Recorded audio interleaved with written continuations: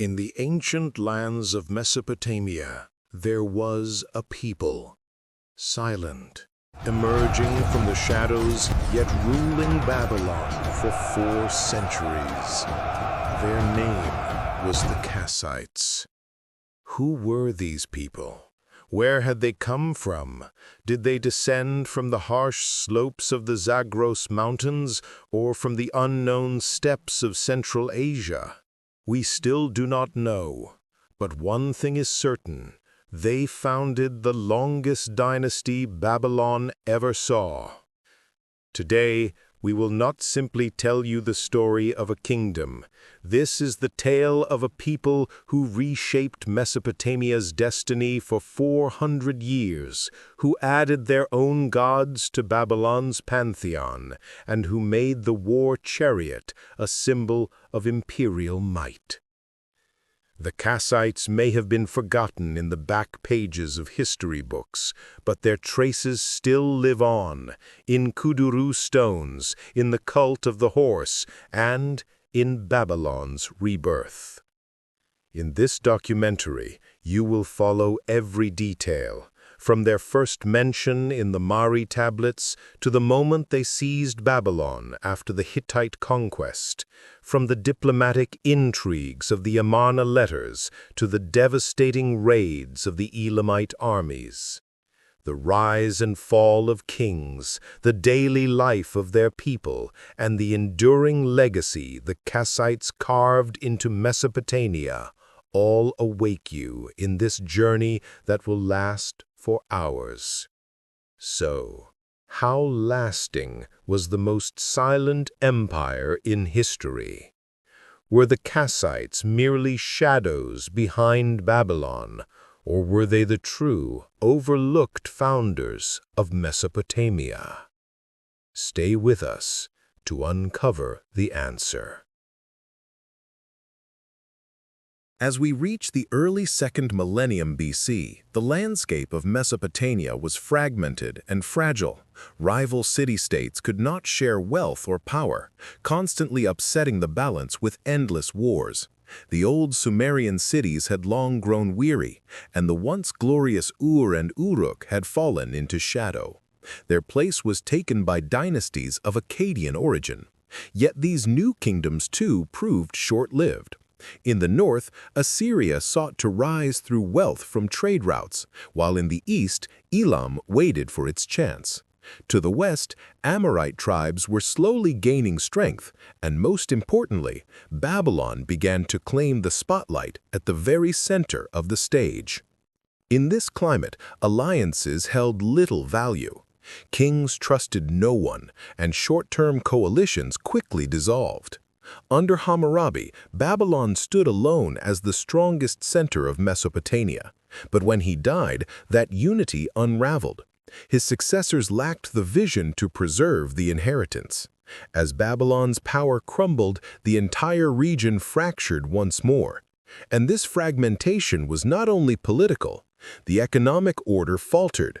The distribution of agricultural goods broke down, and trade routes lost their security. Kingdoms, in pursuit of their own gain, cut into each other's lifeblood. The true strength of Mesopotamia was never determined by armies alone. The shadow of the gods, the authority of priests, and the economic power of temples shaped the fate of every ruler. When a king lost divine approval, he lost legitimacy in the eyes of his people. That is why war was never enough. Diplomacy, marriage alliances, and the quest for religious sanction were the real tools of power. Yet even these proved fleeting, for within the same land there were dozens of gods, dozens of cities, and countless conflicting interests. In such a world, with Babylon weakened and the order of Mesopotamia worn down, new forces found the chance to rise. Even communities that once seemed ordinary could seize opportunity in the chaos. And it was in these very conditions that a people first appeared in modest clay tablets, only to grow into the founders of an empire, the Kassites. Their story would reveal how Mesopotamia's inner balance became its greatest weakness.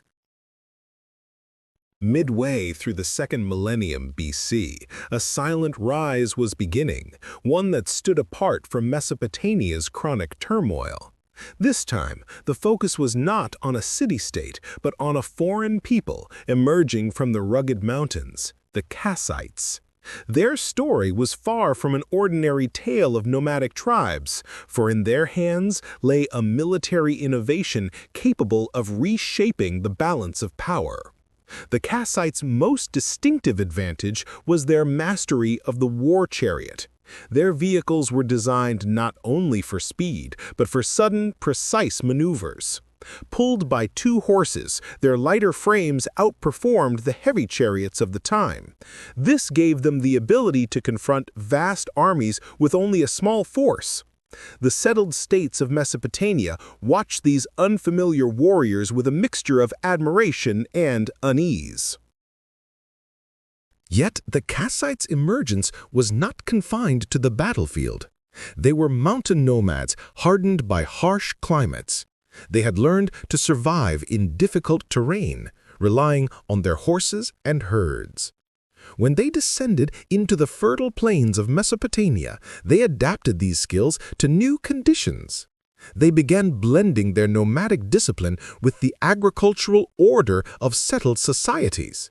Thus, they became not only external warriors, but also farmers who contributed to production. This was where the Kassites' uniqueness revealed itself. They neither remained wholly foreign nor completely abandoned themselves. They added their own gods to Mesopotamia's divine world, and even while living in settled towns, they preserved their mountain traditions. In this way, they were constructing a new identity: warriors, producers, and bearers of distinct beliefs all at once. These qualities set them apart from ordinary mercenaries, transforming them into actors of the future. In the 18th century BCE, the name of the Kassites first began to appear in Mesopotamian records. One of the most important archives of this period was uncovered in the Syrian city of Mari. In the diplomatic correspondence of King Zimri-Lim, the Kassites are described as peoples from the mountains. In these documents, they are usually mentioned as military units or groups moving along the frontier zones. It is clear that in this era, the Kassites were not recognized as a state power, but rather as small military elements and tribal groups. Assyrian sources from the same century also make reference to the Kassites. The Assyrian annals record them in the context of raids into northern Mesopotamia, or in matters of border security. From the Assyrian point of view, the Kassites were not a regular neighboring state, but outsiders who sometimes engaged in plunder and occasionally offered their services as mercenaries. These records reveal that the Kassites did not yet play a central role in Mesopotamian politics, but they were already displaying significant mobility in the region. Another disputed record comes from the kingdom of Hana, west of the Euphrates. In the city of Terka, mention is made of a ruler who may have been of Kassite origin. Some researchers interpret this as a sign that the Kassites were not merely warrior bands, but were beginning to enter local administrative structures. However, there is no definitive proof, and scholarly consensus remains absent on this matter. What all sources have in common is that the Kassites had not yet emerged as an independent state or dynasty. At this stage, they appear in the documents of various cities only in a secondary role, but one that was militarily noteworthy. Even the variations in the spelling of their name, such as Kashu or Kashu in cuneiform, highlight the uncertainty in how outsiders perceived them. In conclusion, the records of the 18th century BC reflect the first appearance of the Kassites on the Mesopotamian stage. The Mari archives and the Assyrian annals depict them as mountain-born, foreign, and militarily active groups. They were not yet a dynasty or a state, but their presence had become undeniable. The most important clues we have about the origins of the Kassites come from archaeological evidence in the Zagros Mountains and surrounding areas.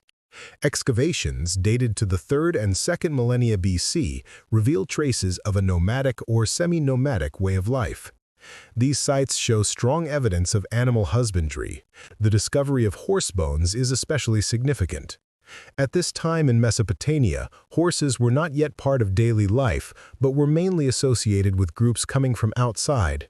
The later prominence of the Kassites with horses and war chariots corresponds well with these early findings. Pottery typology also provides a key indicator. The coarse, functional ceramics unearthed in the Zagros region differ sharply from the finely crafted products used in Mesopotamian cities. This distinction suggests that the mountain communities carried their own unique cultural traditions. Small stone figurines and remains of religious rituals have also been found. Some of these objects have been interpreted by comparing them to divine names that the Kassites later introduced into Mesopotamia. Beyond the Zagros, similar cultural elements have been identified as far as the Iranian Plateau. In particular, the stone craftsmanship and small circular structures found there stand apart from the classical temple architecture of Mesopotamia. These finds suggest that the Kassites' origins cannot be reduced to a single mountain tribe, but are instead connected to a broader cultural zone. However, none of these materials explicitly mention the name Kassites. All such connections are therefore indirect. Archaeology does not prove the Kassites directly, but it does provide a strong geographical and cultural framework for their origins. A horse-centered nomadic culture, a mountain lifestyle, a distinct ceramic tradition, and religious objects that diverged from Mesopotamian norms. One of the most frequently consulted fields in attempts to understand the origins of the Kassites is language. Yet, the greatest problem here is the extreme scarcity of available data. In cuneiform sources, only about 100 Kassite words have been identified. Most of these consist of royal names, the names of deities, a few terms for plants and animals, as well as some technical expressions related to administration and warfare. This limited material prevents linguists from drawing definitive conclusions. Kassite, however, shows no linguistic affinity with the well-known languages of Mesopotamia, such as Sumerian and Akkadian, nor can it be directly linked to Elamite, Hurrian, or the Semitic languages. This has led scholars to classify Kassite as an isolate language, a language standing alone, unrelated to any of the dominant linguistic families of the region. Nonetheless, some researchers have made comparisons based on Kassite divine names and personal names. For instance, in the names of the deities Shukamuna and Shumalia, phonetic elements have been suggested that might resemble those found in Indo-European languages. Similarly, certain terms used for the horse are claimed to show similarities with words found in Central Asian languages. Yet such parallels remain controversial and are far from universally accepted in the linguistic community. The scarcity of linguistic evidence reinforces the uncertainty surrounding Kassite origins. However, one point is clear. The Kassites were not indigenous to Mesopotamia. Their language demonstrates that they either arrived from outside the region or rose from a markedly different cultural foundation. The city of Mari, located on the banks of the Euphrates in Syria, was one of the most important political centers of Mesopotamia in the 18th century BC. Excavations conducted there since the 1930s have uncovered archives consisting of roughly 20,000 tablets, offering information on diplomacy, economy, and military campaigns. This rich archive is also one of the earliest sources where the Kassites appear in written history. In the tablets, the Kassite name appears in the form Kashu. The records generally describe them as groups coming from mountainous regions and living along frontier zones. Letters from the reign of King Zimri-Lim clearly indicate that Kassites were employed as mercenaries in various armies. For example, one document notes Kassite warriors serving in the forces of an enemy power. This demonstrates that at that time, the Kassites had not yet formed an independent political entity, but their military skills had already attracted the attention of different kingdoms. The Mari archives also provide clues about Kassite ethnic identity. Some personal names mentioned in the tablets are neither Akkadian nor Sumerian. Instead, they display linguistic structures of a different character. These names reveal that the Kassites were a distinct community, separate from the settled peoples of Mesopotamia. In this sense, the Mari documents stand out as the first written sources to record both their military activity and their unique cultural identity. After the Mari archives, the second major group of sources to mention the Kassites are the Assyrian campaign reports of the kings. These annals recorded not only the victories of the rulers, but also the movements of neighboring peoples. In these texts, the Kassites do not appear as an independent state, but rather as small warrior groups active along the borderlands. The Assyrian records describe the Kassites especially as bands descending from the mountainous regions to the east and southeast. They are noted at times for raiding frontier villages and, in certain periods, for refusing to pay tribute. Such accounts show that the Kassites were not a constant major threat to Assyria, yet they remained an element that could not be ignored when it came to border security. The cuneiform signs used in these annals also reveal that the Kassite name was written in different forms. This variation suggests that their language was unfamiliar to the Assyrian scribes and could not easily be linked with known ethnic groups. The presence of such brief references in Assyria's political records proves that, although the Kassites had not yet become an organized power, they were already recognized for their military activity.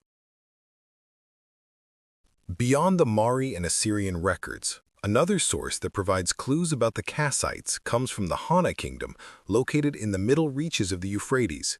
These records do not explicitly mention the name Kassite, but certain personal names found within the ruling and administrative circles are regarded as Kassite in origin. For this reason, some researchers suggest that Kassite-born officials may have held positions of authority in the Hana kingdom during certain periods. In particular, documents discovered in the city of Turka contain several names that are neither Akkadian nor Sumerian in structure. This linguistic distinction is linked to the Kassite language. If this interpretation is correct, it would mean that the Kassites were not only present as mercenaries or frontier groups, but had also begun entering local administrative structures. At this point, for the first time, the Kassites are associated with a possible political role. However, these interpretations are not conclusive. Some scholars argue that there is insufficient linguistic evidence to classify the names as definitively Kassite.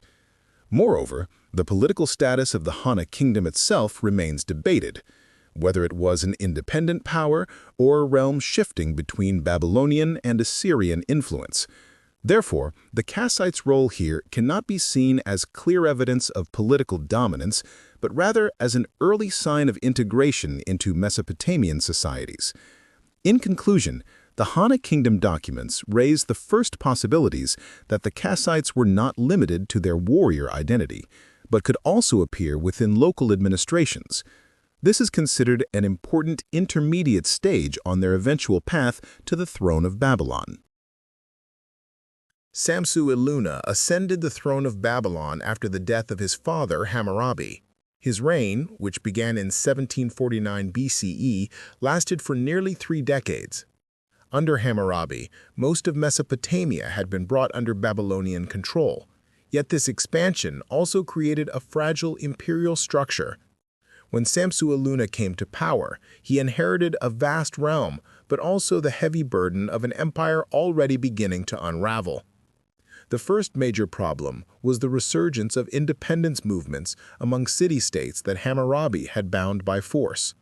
In southern Mesopotamia, especially in the regions of Isin and Ur, cities rose up against central authority. These uprisings forced Samsu-iluna to keep his armies in constant motion. Records show that the king launched repeated campaigns into these areas, but he was unable to secure permanent control. A second challenge emerged in the north.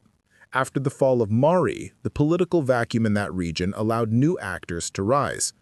Assyria, along with smaller kingdoms, began at times to resist Babylon's influence. Samsu-Iluna attempted diplomacy with northern cities, but most encounters ended in military intervention. As a result, much of the empire's resources were drained by continuous warfare. Economic conditions also became strained.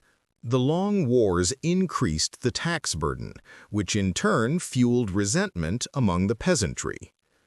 Cuneiform records mention farmers abandoning their lands and declines in available labor in some regions. With agricultural output reduced, the Babylonian economy began to weaken. In religious and cultural life, Hammurabi's centralization policies continued. The cult of Marduk grew in prominence. However, the diminishing importance of local gods gave many regional uprisings a religious dimension as well.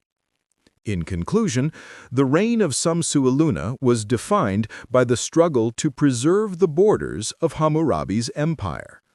Although the king commanded a strong army, he struggled to keep the realm unified. This period of decline ultimately opened the door for new powers to emerge on the Mesopotamian stage in the years to come. The aftermath of Samsu-Iluna's campaigns revealed more than just failures in leadership. The very structure of the Babylonian state was beginning to crumble. The issue was no longer the skill of a single ruler, but the weakening of Babylon's foundations. The first signs of decline appeared in the agrarian economy. Constant military campaigns left the irrigation canals in disrepair. In some regions, tax collectors reported finding no harvest to collect. Rising grain prices struck directly at the rural population. Burdened by heavy taxation, peasants abandoned their land and fled into the cities. This shrinking agricultural base eroded both production and state revenues. The second rupture came in politics. The old city-states of the south sought once more to assert themselves. Centers like Isin and Uruk began to show independence. In the north, Assyria gradually acted with greater autonomy. Central authority was effective only in Babylon and its immediate surroundings, while the provinces slipped beyond its control. Social tensions also deepened. As taxation increased, so too did resistance. Records describe peasants fleeing en masse into the mountains or seeking refuge in neighboring lands. Even temples in the cities were unable to collect income, signaling a decline in religious authority. Trust in the state collapsed and unrest grew. Religious centralization suffered as well. In Babylon, the cult of Marduk was maintained as the official faith, but in the provinces, the power of local gods grew. This added a religious dimension to political fragmentation, shattering ideological unity. Finally, external pressures intensified. The Elamites and groups from the surrounding mountains launched raids on border regions. The central government struggled to repel these threats. Continuous spending on defense drained the economy further. Altogether, these developments show that Babylon was not experiencing a temporary crisis, but entering a deep process of disintegration. Having lost its imperial character, the state was driven into a fragile position both internally and externally. In the period when Babylon's political and economic power was weakening, the written sources begin to draw attention to a different group, the Kassites. They did not yet possess an organized state structure, but with their warrior bands descending from the mountains, they frequently appeared in Mesopotamian records. Their presence was marked above all by their military functions. In the Mari archives, the Kassites are often described as mercenaries. The documents record that these groups entered the service of various rulers, fighting in small units. At times, they fought within enemy armies. At other times, they were hired by local rulers. This demonstrates that they were recognized as a flexible military force. Which side they would fight for depended entirely on the political balance of the time. Assyrian records paint a similar picture. The Kassites were not part of regular armies, but their discipline and toughness set them apart. Having been raised in mountainous regions, they possessed resilience and mobility. The Assyrian texts describe them raiding borderlands or serving local rulers as hired fighters. In this sense, the Kassites were perceived as both a threat and a potential ally. Particularly noteworthy in their military role was the use of horses and chariots. Although they did not yet command large armies, their light and mobile chariots were well known. This technology would later become a decisive factor in Mesopotamian warfare. In these early times, their skill in this area greatly increased their value as mercenaries. Their activity as hired soldiers also brought them into closer contact with Mesopotamian societies. At first regarded as foreign warriors, over time they became recognized through service to local authorities. In this way, they began to play a role in regional politics, both with their martial skills and their capacity to adapt. In conclusion, the Kassites were not yet an independent power center during this period, but through mercenary activity, they became increasingly visible in Mesopotamia. This process laid the groundwork for the political dominance they would eventually establish in the centuries to come. In the years when Babylon's authority began to fracture, the Kassites were no longer just small warrior bands lingering in the borderlands. Their presence grew increasingly visible within the political turmoil of the cities. In southern Mesopotamia, rebellions broke out time and again, and in these uprisings, the Kassites began to appear in the records. Tablets describe Kassite units moving alongside insurgents outside the city walls, even engaging in brief clashes against Babylonian forces. These alliances were not lasting partnerships. They were opportunistic, short-lived maneuvers. Yet such accounts reveal that the Kassites had started to intervene in political affairs on their own initiative, taking a more active role in the region's struggles. Babylonian rulers, however, did not always view them solely as enemies. With constant uprisings and mounting external threats, the state was in desperate need of military support. At this point, the Kassites also entered Babylon's army as mercenaries. Cuneiform lists clearly record their names among expeditionary forces, rewarded with silver, grain, and at times, even small parcels of land. These practices show the dual nature of their role. The Kassites could be rebels against Babylon, yet also serve as hired soldiers within its armies. By playing both sides of the conflict, they managed to secure recognition in the complex political balance of their time. In this period, the names of Kassite leaders began to appear for the very first time in the written record. Figures such as Kashtiliash and Agam were mentioned not as kings of a dynasty, but as commanders of small military units. They did not yet possess the strength to establish a ruling house, yet they clearly held enough authority to organize and lead their own groups. Their presence marks a turning point. The Kassites were no longer just scattered warrior bands, but were evolving into more disciplined, structured, and governable communities. This was the first indication of a Kassite identity beginning to take shape within a political framework. Economic records also reveal how deeply the Kassites were becoming integrated into the Mesopotamian system. Payments for mercenary service, along with occasional grants of small plots of land, show that they were no longer merely temporary fighters. As some of these groups began to settle, they entered into production and established stronger ties with Babylon itself.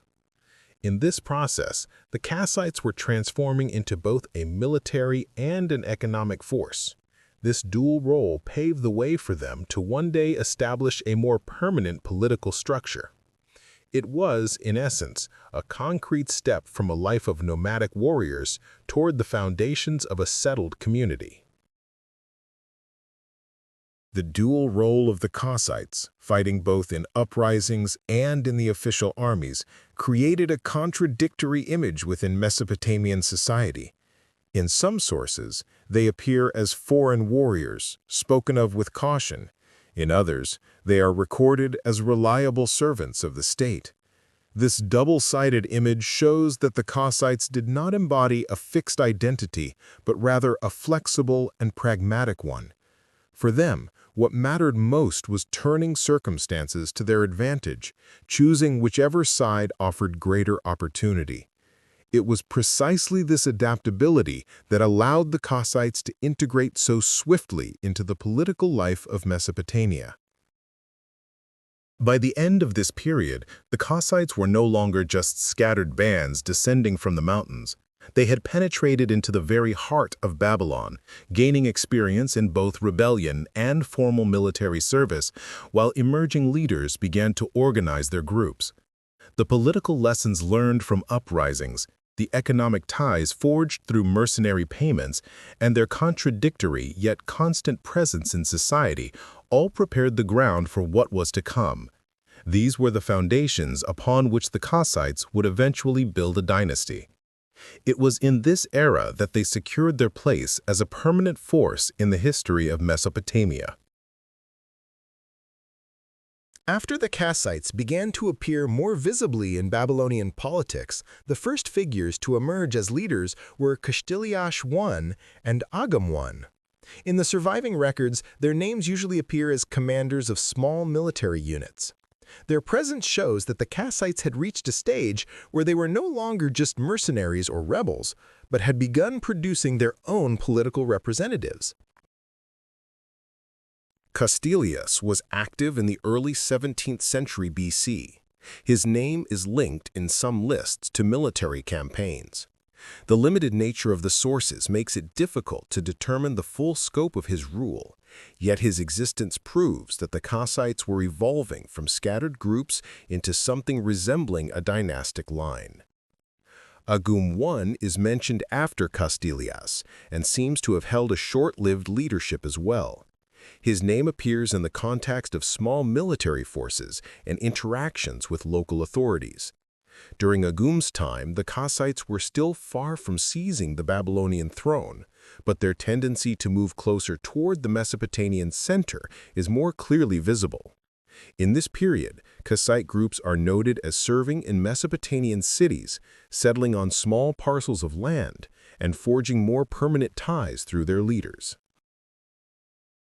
Neither of these reigns lasted long. Yet the brief interval they represent was crucial. Kashtiliash I and Agum I formed the first links in the chain of rulers who would eventually create a powerful Kassite dynasty. Their appearance marks the moment when the Kassites began to be seen not just as warriors, but as a political alternative within a weakening Babylonian order. They were not yet strong enough to establish an empire, but for the first time, figures arose who could be described as Kassite kings. This demonstrates that their identity was moving firmly onto the path of statehood. In the end, the reigns of Kashtiliash I and Agum I were short and fragmented, but strategically important. Thanks to them, the Kassites entered the written record not only as warrior bands, but as a people capable of building a dynasty.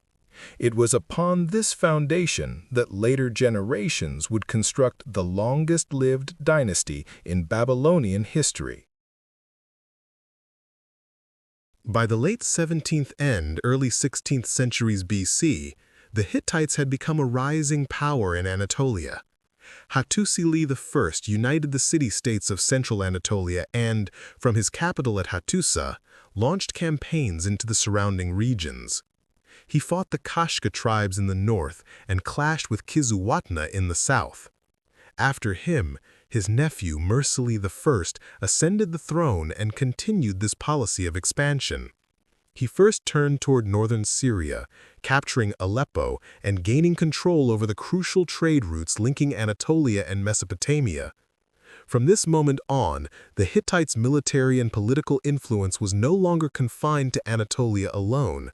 Their domination of Syria opened the road toward Mesopotamia. The pursuit of plunder, the desire to dominate the trade arteries, and the growing prestige expected of the Hittite kingdom all drove them further south. Under these circumstances, Mursili marched his army along the Euphrates River, advancing into the very heart of Mesopotamia, toward Babylon itself. The aftermath of Mursili's withdrawal left behind devastation that went far beyond the battlefield. The true blow came from within. Babylon collapsed from the inside. The Hittite campaign was not merely a military defeat. It was a rupture that shattered the very foundations of the state's political, religious, and social order. With the sack of the city, long-standing weaknesses were laid bare. The destruction of temples crippled both the economy and religion, for these institutions were not only places of worship, but also grain storehouses, trading archives, and vaults for wealth. For the Babylonian people, the psychological impact was as heavy as the physical damage. The removal of Marduk's sacred statue fueled the belief that the god had abandoned the city. This perception eroded confidence in the ruling dynasty and ignited independence movements among the city-states. With the collapse of central authority, a vast political vacuum emerged across Mesopotamia.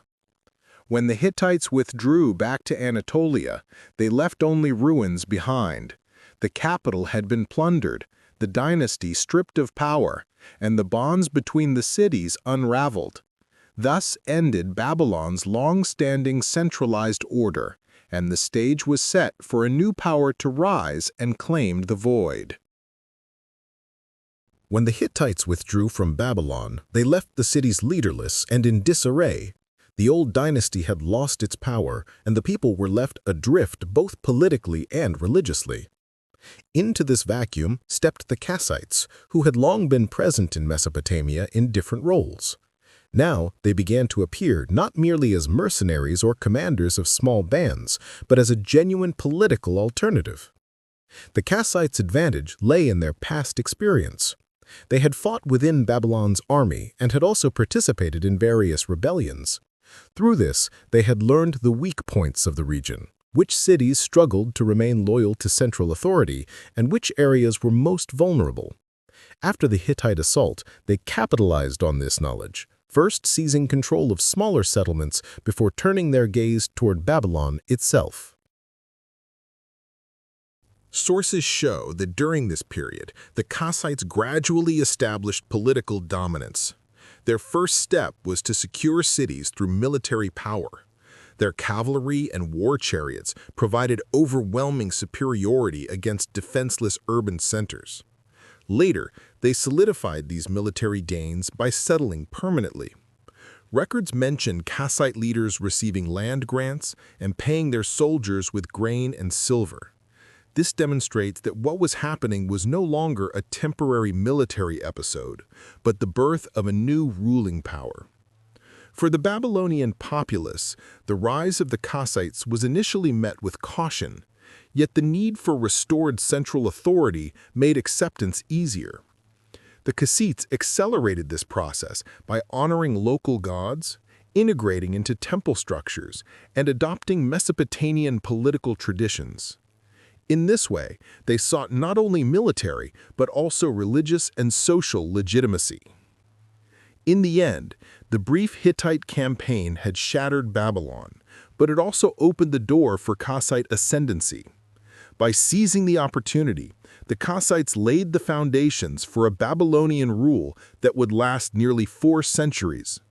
This moment is remembered as the birth of the longest-lasting dynasty in Babylonian history. After King Mursili of the Hittites marched on Babylon, the city was left in ruins. Its temples were destroyed, central authority was weakened, and the kingdom was driven into a dangerous void. When the Hittites withdrew, groups from the north, the east, and the mountain regions all turned their eyes toward Babylon's vulnerable lands. In this setting, the Kassites, once known only as mercenaries, saw for the first time a chance to advance their own political interests. The Kassite groups initially seized control of small settlements. With their cavalry and light chariots, their mobility was unmatched. This military superiority gave them a decisive advantage against undefended cities. Sources describe how, step by step, the Kassites secured border towns and then moved to dominate the strategic centers between the Tigris and Euphrates.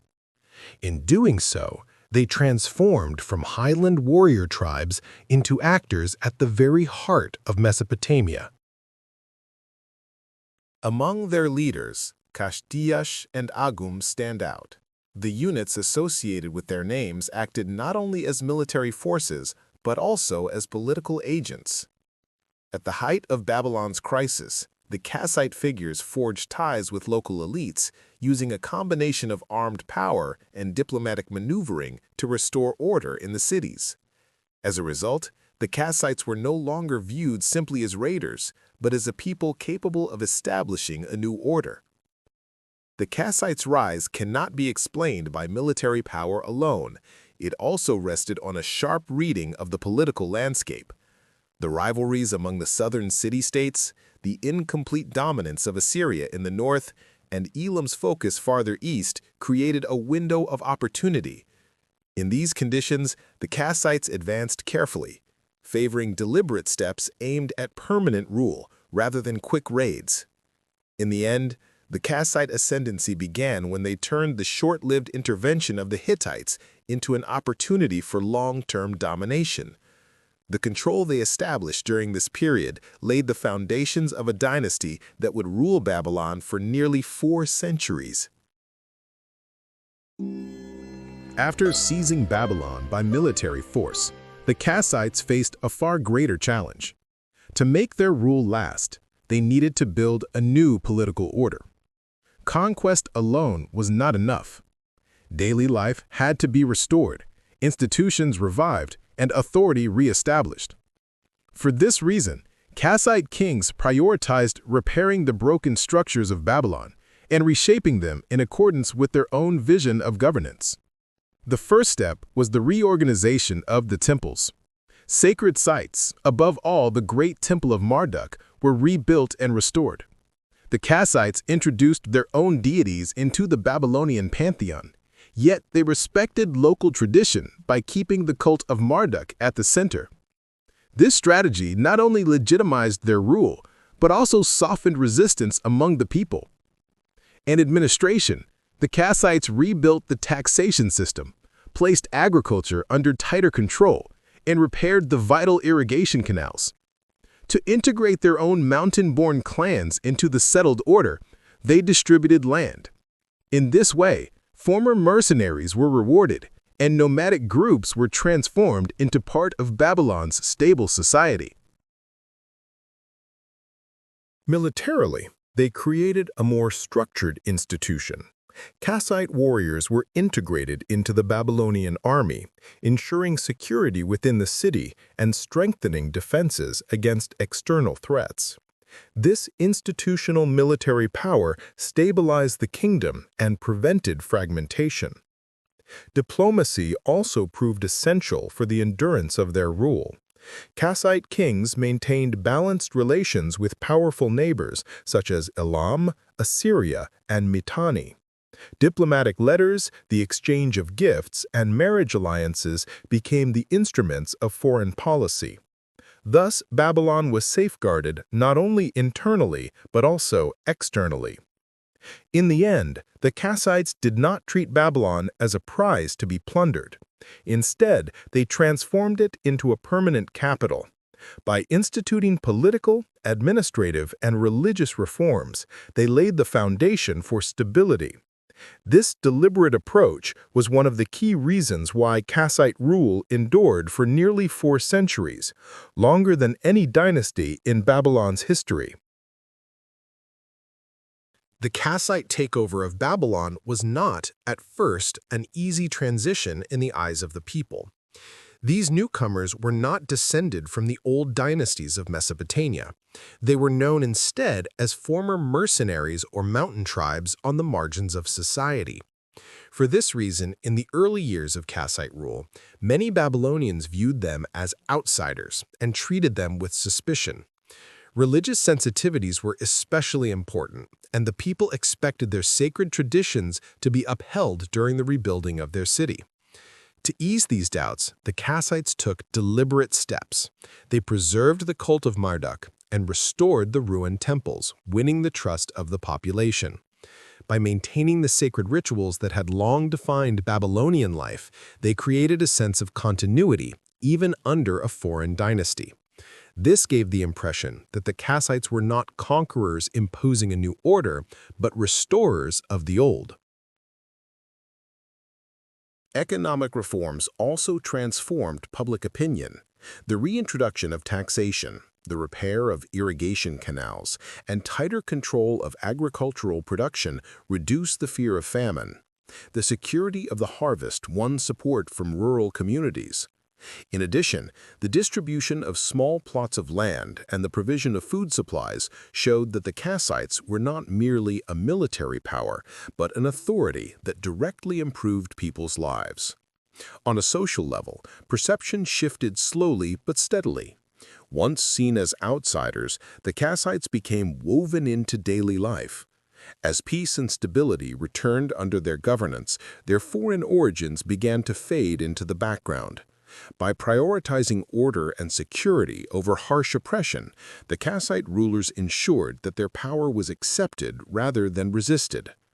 In the end, the Kassite rise to power may have first provoked suspicion among the Babylonians, yet, through religious continuity, economic stabilization, and restored security, that suspicion steadily diminished. The Kassites, once strangers, came to be regarded as the natural rulers of Babylon. This social acceptance became one of the strongest foundations of their nearly 4 centuries of rule. After the sudden Hittite assault in 1595 BCE, Babylon suffered not only a political collapse, but also a devastating spiritual wound. During the attack, the city's most sacred symbol, the statue of Marduk, was carried away. In the eyes of the people, it was as if their god had abandoned them. Even years later, when the Kassites rose to power, this trauma still lingered deep in the memory of Babylon's citizens. Agum II realized that the key to legitimizing his rule lay in healing this sacred void. His most remarkable act was the return of the statue of Marduk. This was not a mere restoration of war spoils. For Babylon, it symbolized the restoration of cosmic order itself. The statue's return was celebrated with great ceremonies. Sacrifices were offered in the temples, priests revived ancient rituals, and, for the first time in years, the people felt their god's protection within the capital. Agum II was seen not only as a king, but as a restorer of divine order. This religious act was also a powerful political message. In cuneiform inscriptions, Agum II declared himself the chosen king of Marduk. By doing so, he sought to silence doubts about his Kassite origins. To the people, what mattered was not the bloodline of the king, but whether he carried out the will of the gods. Through lavish donations to the temples, by reinstating the priesthood, and by repairing Esagila, the great temple, Agum II made this message unmistakably clear. The consequences were not only religious, but also social. The people's long-standing sense of uncertainty gave way to stability. After years of famine and political chaos, divine order brought renewed trust. The Kassite dynasty's rule rested on this foundation, for the people now saw their king not as a foreign conqueror, but as the protector of their god.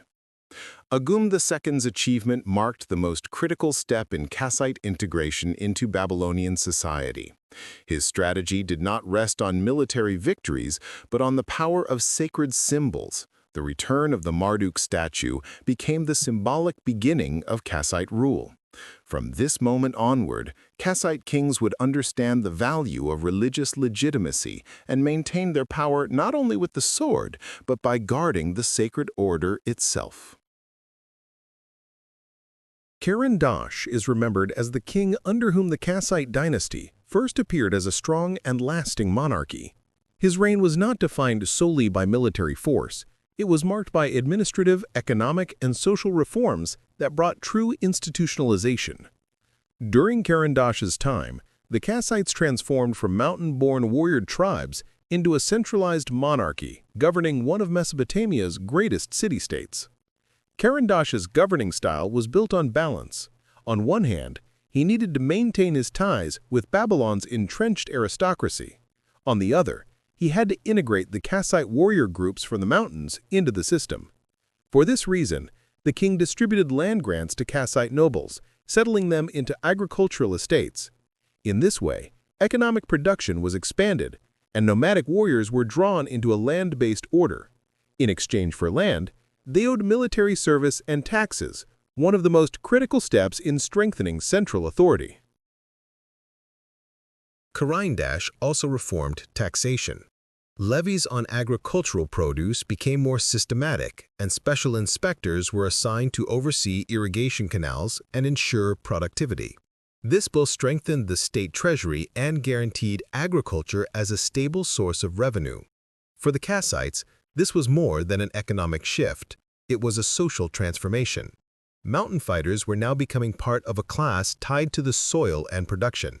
Another dimension of his rule was his relationship with the old city-states. Caran d'Ache appointed governors in major centers such as Isan, Uruk, and Nippur, consolidating Kassite power there. Yet these governors were often drawn from local elites. This way, local support was preserved and Kassite authority appeared legitimate in the eyes of the population. The delicate balance between central government and local power holders preserved the kingdom's stability for decades. Religion was not ignored under Caran d'Ache, though here continuity mattered more than symbolism.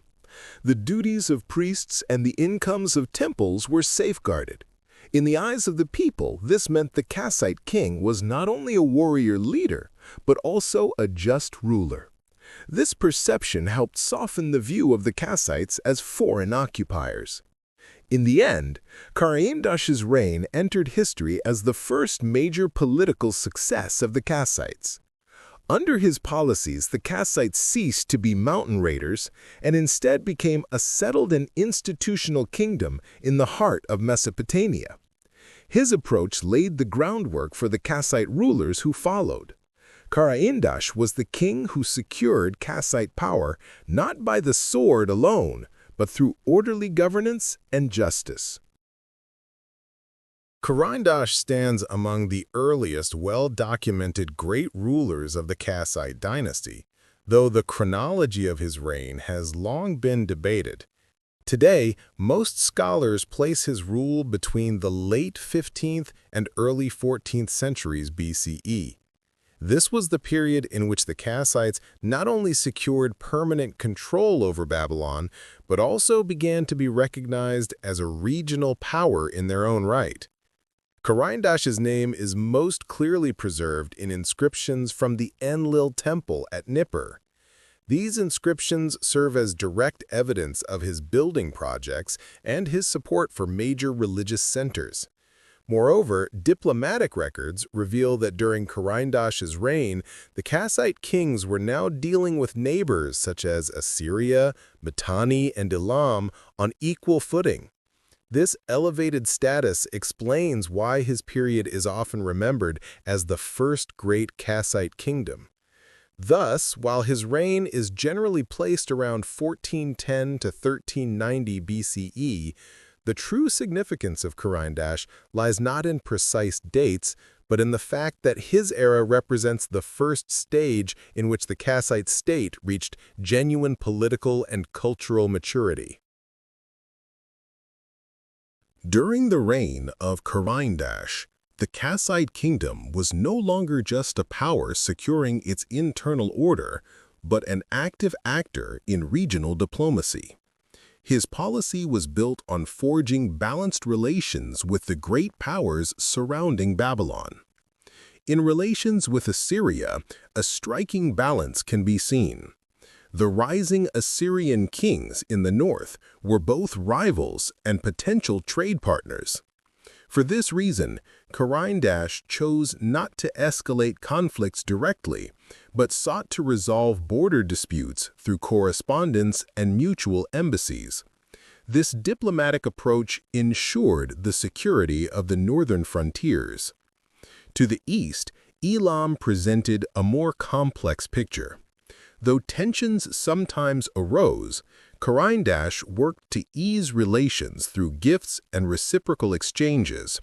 His letters to the Elamite kings allowed the Kassites to keep eastern trade routes open and limit hostilities.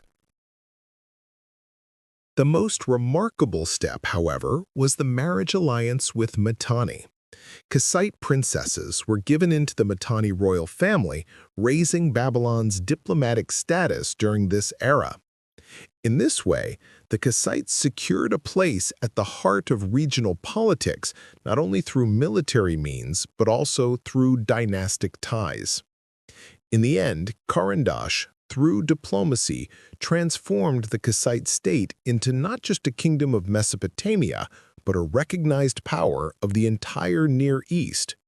His balanced foreign policy was the first step in securing the long-lasting international strength of the Kassite dynasty, which would endure for 4 centuries. Around 1410 BC, Karindash, the first great ruler of the Kassite kingdom, carved his name into the temples of Nippur, while at the same time laying a powerful foundation for his dynasty. He reinforced central authority and established equal relations with the surrounding kingdoms through diplomacy. By then, the Kassites were no longer seen as merely a warrior people, but as a kingdom fully recognized within Mesopotamia. After the death of Karindash around 1390 BC, the throne passed to his son Hammurabi I. His reign was not defined by long periods of peace or grand construction, but rather by transitional years that kept the state alive. As pressure from Assyria and Elam increased, Hammurabi I failed to develop a strong foreign policy. His name appears only rarely in the surviving sources, which indicates the brevity of his rule.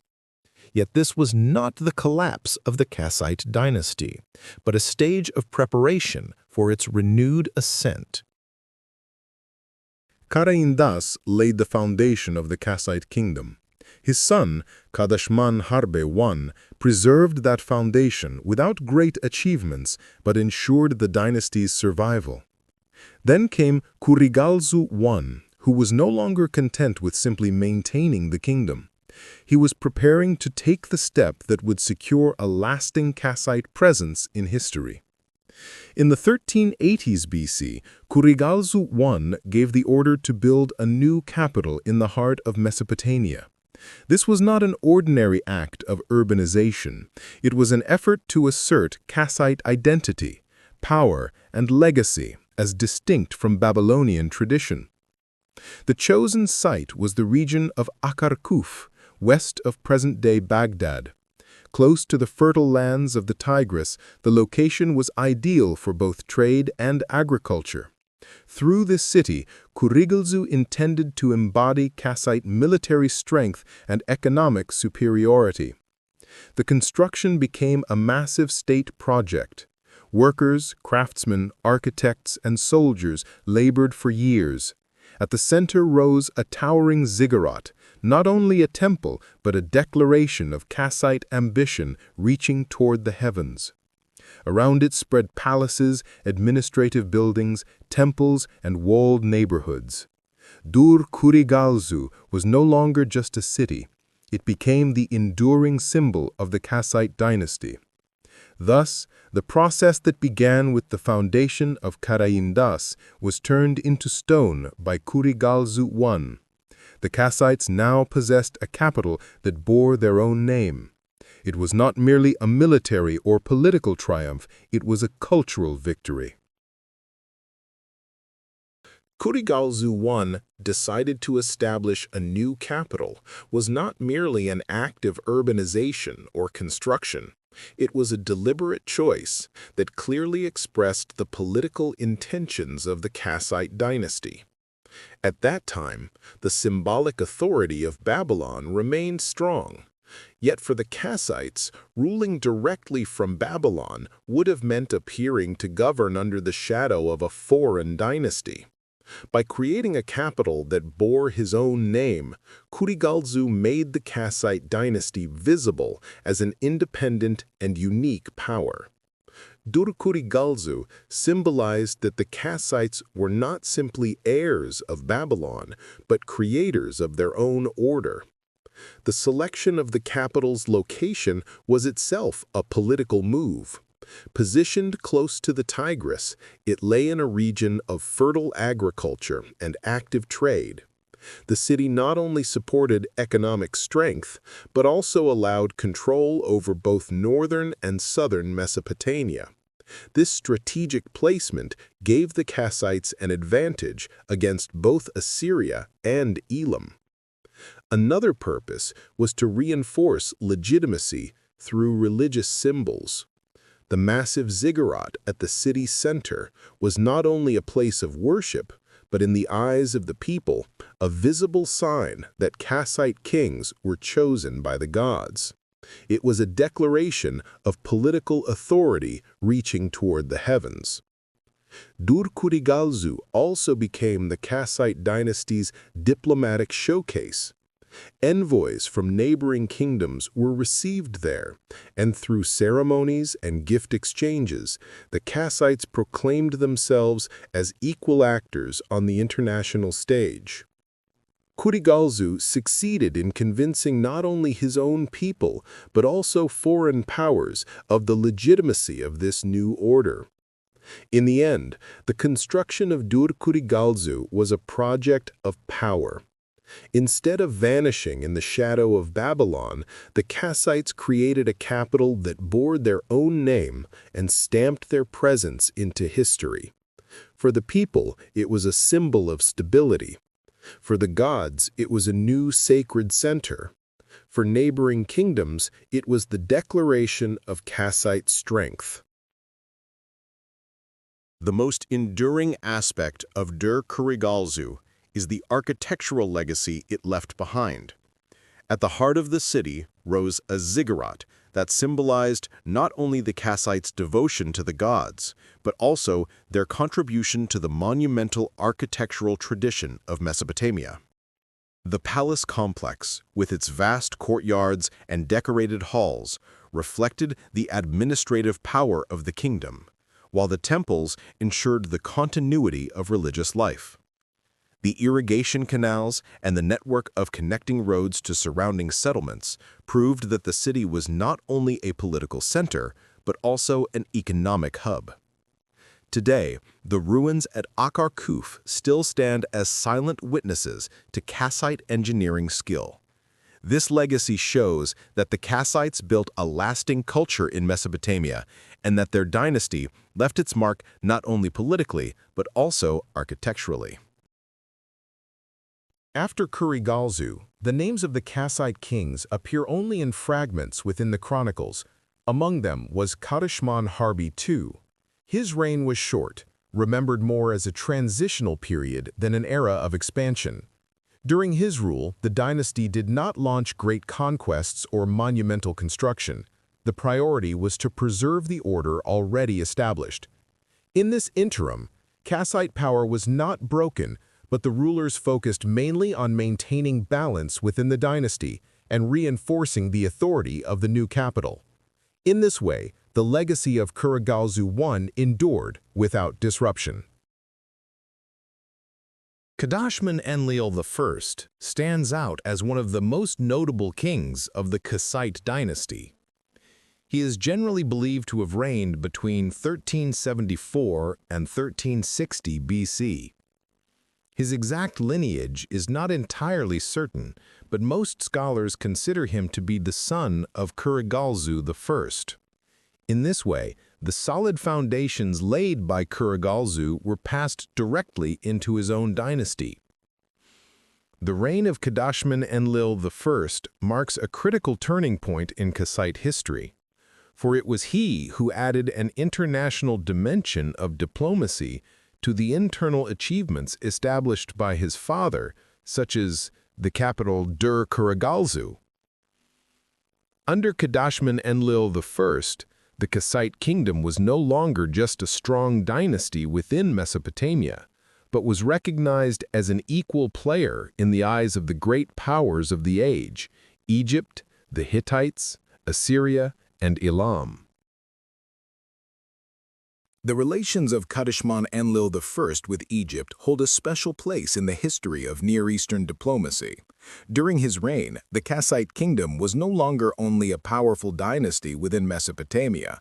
It had become a state capable of corresponding on equal terms with a giant power such as Egypt. The clearest evidence of these ties lies in the Amarna archives, clay tablets inscribed with letters sent by Kadashman-Enlil I. These were not simple greetings or friendly words. They were filled with gifts, marriage requests, and mutual expectations. The Kassite king asked the pharaoh for gold, precious stones, and rare goods, while in return he promised lapis lazuli, chariot horses, and rich textiles from Babylon. These letters show that the relationship between the two states was built not only on diplomatic courtesy, but also on economic and strategic interests. For Egypt, Mesopotamia was a source of valuable raw materials and war chariots.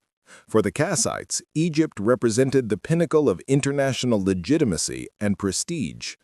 Kadashman-Enlil I's diplomatic language carried the tone of equality.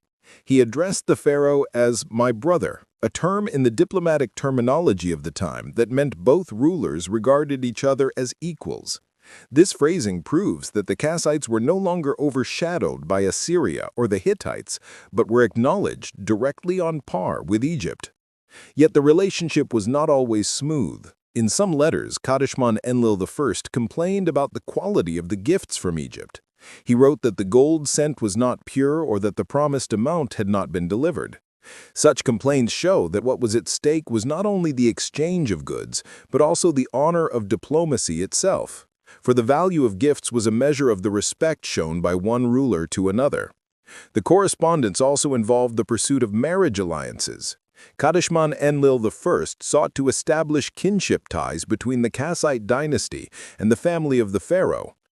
Such requests were among the most powerful ways for Mesopotamian kings to elevate their prestige. Although Egyptian rulers were reluctant to marry off their daughters to foreign monarchs, these attempts strengthened the Kassite standing on the international stage. In the end, the relations of Kadashman-Enlil I with Egypt stand as one of the most important chapters in Kassite history shaped by diplomacy.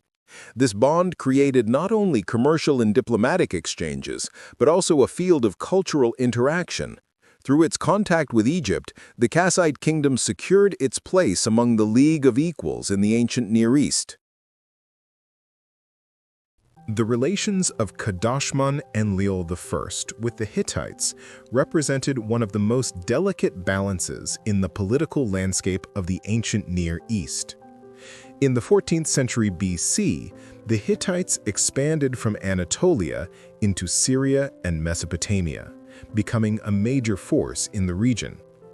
For the Kassite kingdom, it was inevitable to pursue a subtle policy of balance rather than direct confrontation with this power.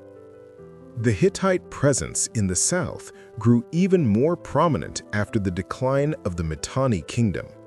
Instead of exploiting this vacuum, the Kassites chose not to face the Hittites directly. Kadashman-Enlil I understood that the dynasty's interests would be better preserved through diplomacy than through long and exhausting wars. Relations with the Hittites were conducted mainly through envoys, the exchange of gifts and letters. the correspondence between the Hittite king and the Kassite king carried repeated messages of friendship, but behind this language lay an undercurrent of cautious rivalry. While the Kassites acknowledged Hittite influence in Syria, they never compromised on the independence of Babylonian lands. Another factor that helped maintain this balance was the rise of Assyria. Kadashman and Leil I viewed Assyria as a counterweight to the Hittites. Yet this was not a formal alliance. It was rather a temporary advantage born of regional powers limiting each other. The most striking theme in the Kassite-Hittite correspondence was the constant questioning of mutual trust. In his letters, Kadashman and Leil I spoke of friendship and peace, but also emphasized the protection of borders, the security of trade routes, and the free passage of envoys. These points reveal how fragile their relationship truly was. By avoiding military confrontations with the Hittites, Kadashman and Leil I followed a long-term policy of diplomacy.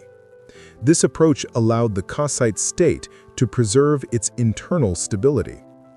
A major war with the Hittites could have weakened the Kassite economy and undermined the fragile balance of power. Thanks to his strategy, the Kassites maintained stability at home while sustaining a cautious but peaceful diplomatic relationship with the Hittites. In conclusion, the relations between Kadashman and Leil I and the Hittites can be described as friendly but cautious. This balance allowed the Kassite kingdom to endure regional rivalries without weakening itself.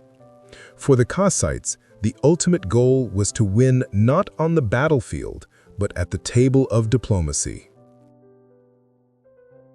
One of the most striking features of Kadashman and Leil I's diplomacy was the use of marriage alliances. The Kassite dynasty sought to consolidate its power not only on the battlefield, but also through bonds formed within royal courts. At that time, marriage was a political instrument that tied the destinies of two dynasties together. Kadashman and Leil I attempted to establish such ties, particularly with the courts of Egypt and the Hittites. The Amarna archives contain letters in which the Kassite king requested a daughter of the pharaoh in marriage or proposed reciprocal exchanges of princesses. These demands are clear evidence that the Kassites no longer saw themselves as a second-rate power, but as equals among the great monarchies of the age. Yet these marriages were not pursued for prestige alone. They ensured the security of trade routes, made diplomatic relations more durable, and created bonds of friendship through the new generations born from these unions. Kadashman and Leil I's strategy was to secure the Kassite dynasty's permanence on the international stage by linking it through blood to the great powers beyond Mesopotamia. Even though not all of these initiatives achieved the desired outcome, this policy of marriage diplomacy elevated Kassite prestige. A king requesting a foreign princess was not merely making a family proposal, it was a direct political challenge. Through these efforts, Kadashman and Leil I demonstrated that the Kassites aspired to be counted not only as rulers of Babylon, but as a central force among the great powers of the Near East. Thus, we have traced the path from the Kassites' first appearance on the stage of history to the establishment of their rule in Babylon and finally to their earliest great diplomatic moves. We have seen how they turned the void left by the Hittites into an opportunity, how they forged a strong new identity through the construction of their capital, and how, under Kadashman and Leil, they began to shape the balance of power in the region through diplomacy. But what happened next? Did the Kassites truly become one of the greatest dynasties of the Near East? Or did external pressures and internal challenges drive them toward the same fate as so many others before them? The answers await in the second part of our documentary. And if you don't want to miss the continuation of this historical journey, make sure to subscribe to our channel and turn on notifications, because in the Kassites' 400-year saga, there is still so much more to tell. She walks in like a when I heat. Eyes lock and I lose the beat.